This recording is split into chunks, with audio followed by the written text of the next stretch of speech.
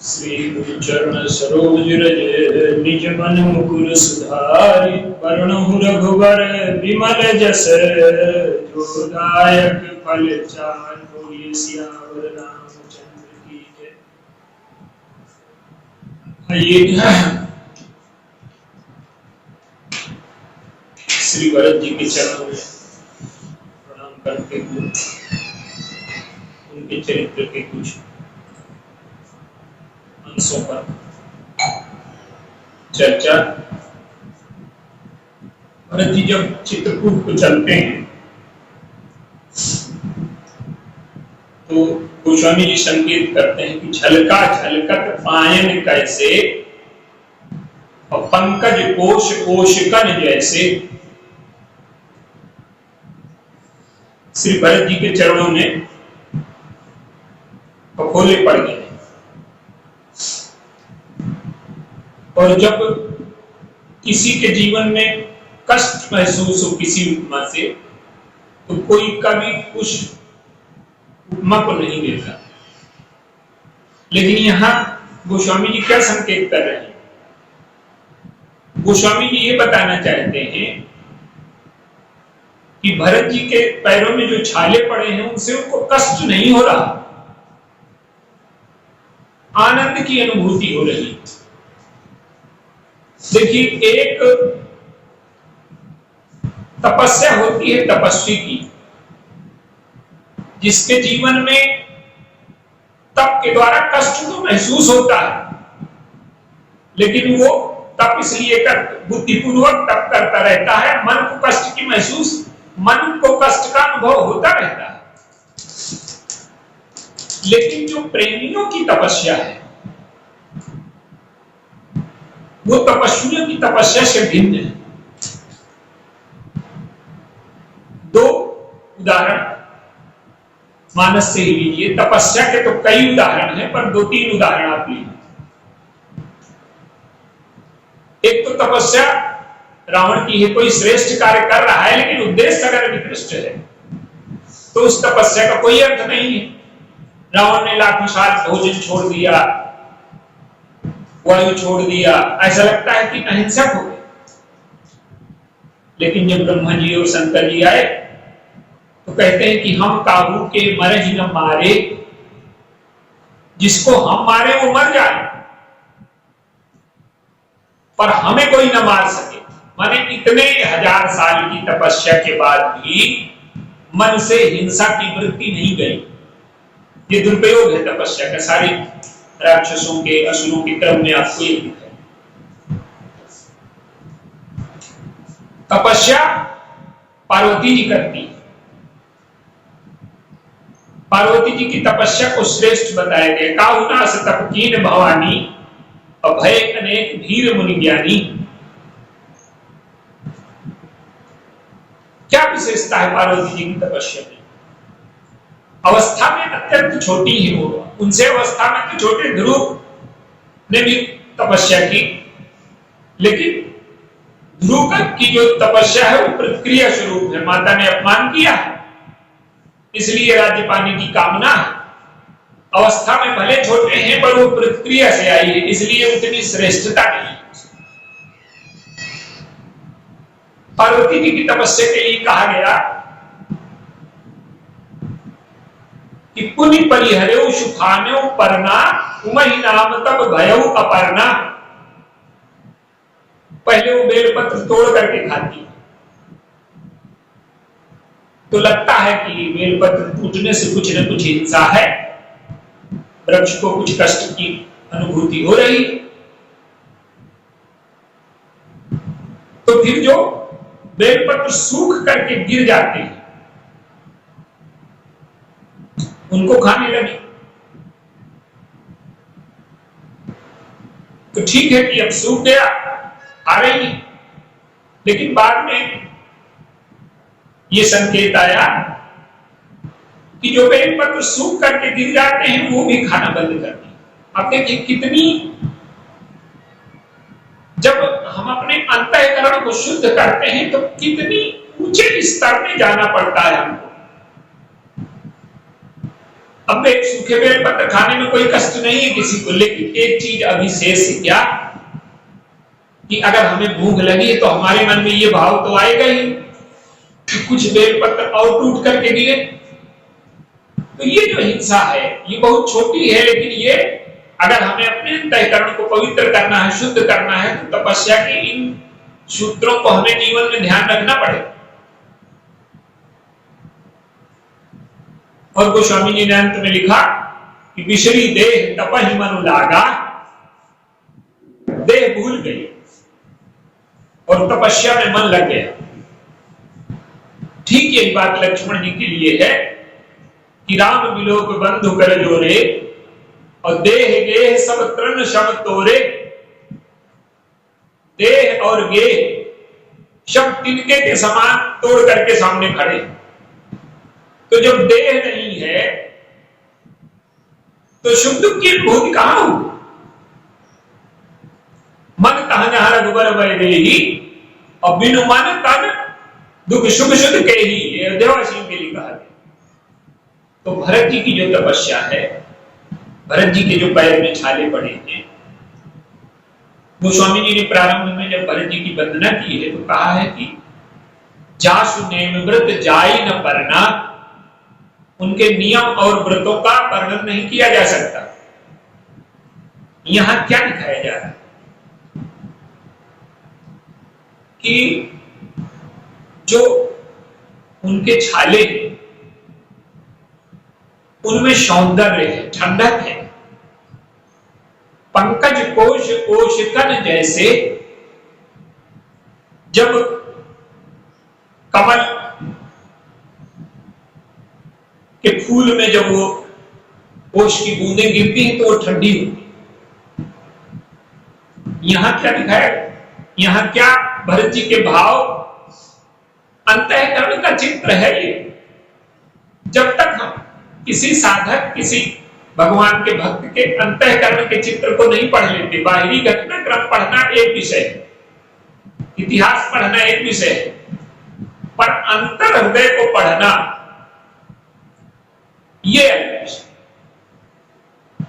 तो गोस्वामी जी बता रहे हैं कि भगवान राम का जो विरह रूपी सूर्य है, उस विरह रूपी सूर्य के खिलने का परिणाम ये हुआ कि भरत जी के पैर में जो छाले हैं उनको कष्ट की अनुभूति नहीं है। प्रेमी का जो व्रत है और तपस्वी का जो व्रत है उसमें अंतर होता है। लक्ष्य की पूर्ति हो जाए तो प्रेमी अपने व्रत का परित्याग कर देता है, लेकिन तपस्वी अपने व्रत का परित्याग कर देता है।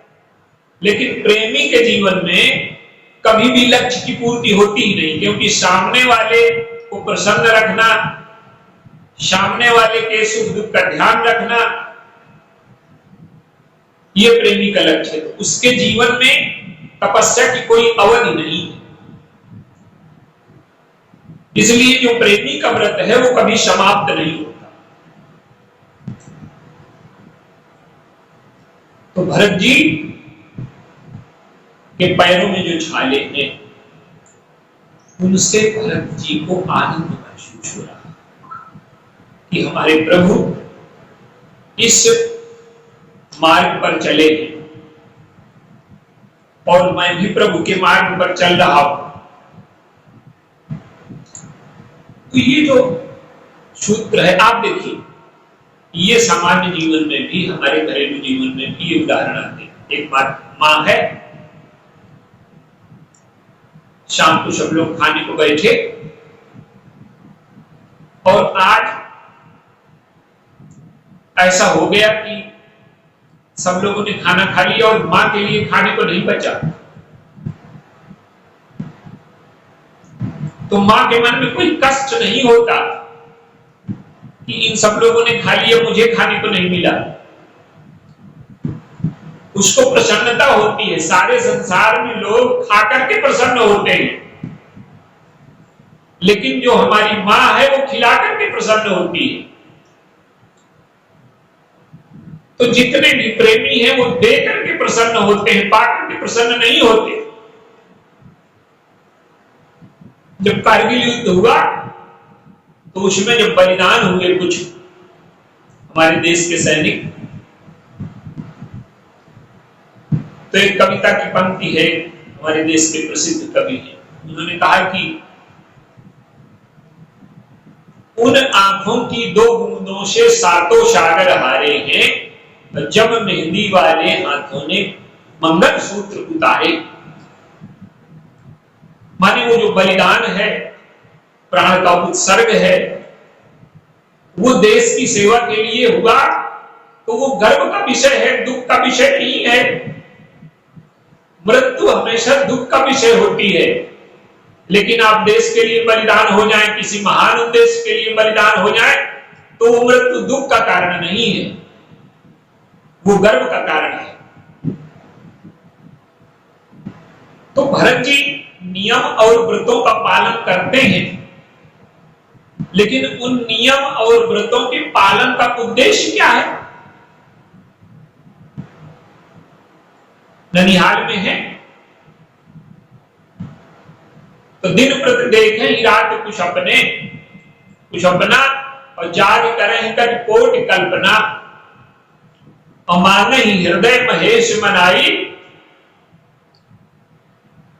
और कुशल मातृपित परिजन भाई। प्रार्थना भी करते हैं तो अपनी कुशलता के लिए नहीं, सबकी कुशलता के लिए। कुशल मातृपित परिजन भाई, जितने भी पात्र हैं, अयोध्या के जितने भी पात्र हैं, उनके जीवन में जो तपस्या है वो आनंद का विषय है, वो सुख का विषय है, वो गर्व का विषय है, वो कष्ट का विषय नहीं है। आप देखिए, लक्ष्मण जी जा रहे हैं,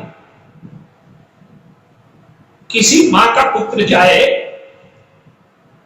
और 14 वर्ष के लिए जाए तो मां क्या कहेगी? एक तो जाने न देगी, और अगर जाने देगी तो कहेगी कि बेटा जंगल में अपना ख्याल रखना। लेकिन लक्ष्मण जी जा रहे हैं तो सुमित्रा अम्मा क्या कह रही है? इस जय न राम मन लहि कलेशु, और श्वई सुत करेऊ इहे उपदेशु। राम के जीवन में कष्ट ना आने पाए, मेरा उपदेश तुम्हें ये है, राम को कष्ट ना हो। और मां ने जब भेजा तो लक्ष्मण जी ने उसको पूरा किया। तो ये जो महान भक्त हैं कि जीवन में तपस्या है, कष्ट है,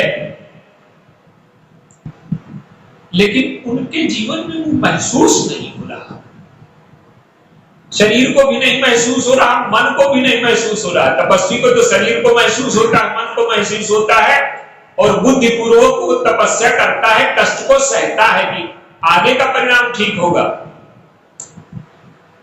लेकिन भरत जी के जो ये छाले हैं,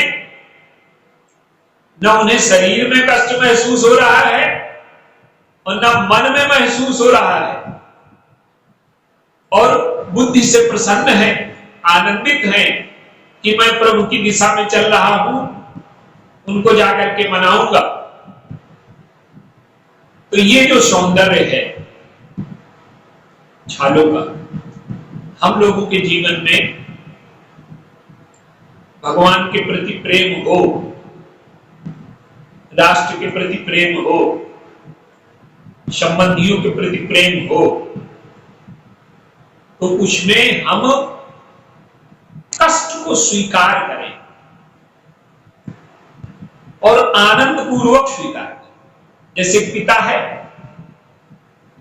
वो हल जोत रहा है, तपस्या कर रहा है, कष्ट उठा रहा है, वो स्वयं अच्छे कपड़े नहीं पहनता, लेकिन उसको लगता है कि हमारे पुत्र को अच्छी शर्ट मिल जाए, तो उसकी तपस्या क्या है? उसकी तपस्या अपने परिवार को प्रसन्न रखने की है। और आज ये भाव जीवन से हमारे गायब होता जा रहा है कि हमको दूसरों को आनंद देकर के जो आनंद मिलता है ये सात्विक आनंद है। तामसिक आनंद तो ये है कि हम छीन करके आपसे ले लेंगे, राजसिक आनंद है कि हम पुरुषार्थ करके पाएंगे। लेकिन ये जो सात्विक आनंद है, ये सात्विक आनंद हम लोगों के जीवन में किन्हीं अंशों में होता है थोड़ा बहुत, लेकिन यही सात्विक आनंद जब व्यापक हो, परिवार के स्थान से उठ करके समाज से जुड़ जाए, समाज से उठ करके राष्ट्र से जुड़ जाए, और जिस राष्ट्र में भी ऐसे बलिदानी जो कष्ट को आनंद पूर्वक स्वीकार करें। आप देखिए हमारे देश के स्वतंत्रता संग्राम में जिनको फांसी की सजा दी गई, तो क्या आप समझते हैं कि फांसी में कष्ट नहीं होता? लेकिन वो फांसी की सजा पाए लोग, भगत सिंह आज वो प्रसन्नता से कह रहे हैं कि कितनी जल्दी फांसी लगेगी। वो फांसी का फंदा अपने मन से डाल रहे हैं। क्यों डाल रहे हैं फांसी को फंदा? कि हमारी भारत मां को गुलामी से मुक्ति मिलेगी, हमारा बलिदान तो हो जाएगा, लेकिन हमारी मां, हमारा देश, हमारे देश में रहने वाले लोग प्रसन्नता पूर्वक अपना जीवन जिएंगे। ये सात्विक आनंद होता है। तो भरत जी के जीवन में वो जो छाले हैं वो उनके अंतःकरण को ठंडक पहुंचा रहे हैं, तृप्ति पहुंचा रहे हैं, आनंद की सृष्टि कर रहे हैं। और ये भरत जी के जीवन की उत्कृष्टता है जो उच्च से उच्च स्तर के साधकों में नहीं पाई जाती। भगवान राम ने भरत जी की प्रशंसा करते हुए ये कह ही दिया कि तीन काल तिमुन मत मोरे, अपुण्य श्लोक तात कर तोरे। तीनों कालों में, तीनों लोकों में जितने भी पुण्यात्मा हुए हैं वो सब तुम्हारी भी बराबरी में नहीं है, तुम उनसे सबसे ऊपर हो। तो ये जो वृत्ति है भरत जी के जीवन की, देखिए भगवान राम ने चित्रकूट में एक और विशेष दर्शन दिए भरत जी। भरत जी जब पहुंचे तो भगवान राम को लगता है कि अगर मुझे तपस्वी वेश में देखेंगे ये तो इनके मन को कष्ट होगा, इन्हें लगेगा कि मेरी वजह से हमारे प्रभु को इतना कष्ट उठाना पड़ रहा है। तो भरत जी जब गए तो भगवान राम ने क्या किया? भरत जी जैसे महासंत को कैसे दर्शन दिए? बलकल बसन जटिल तनु श्यामा और जन्म निवेश हीन रति कामा।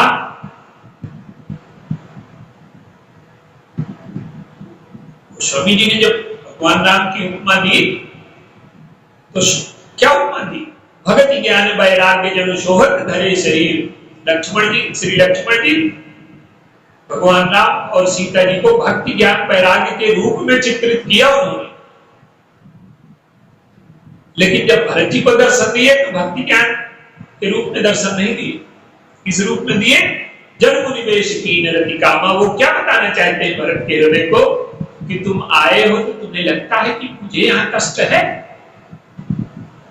मुझे एक भी कष्ट नहीं है और मैं यहां आनंदित हूं। मैं यहां बिहार के लिए आया हूं, वहां अयोध्या से अधिक मुझे आनंद है। और वहां तो कुछ मर्यादाएं थी और यहाँ तो वो भी मर्यादाएं नहीं है। तो उन्हें रति काम के रूप में दर्शन दे करके उनके हृदय को ठंडक पहुंचा रहे हैं भगवान राम।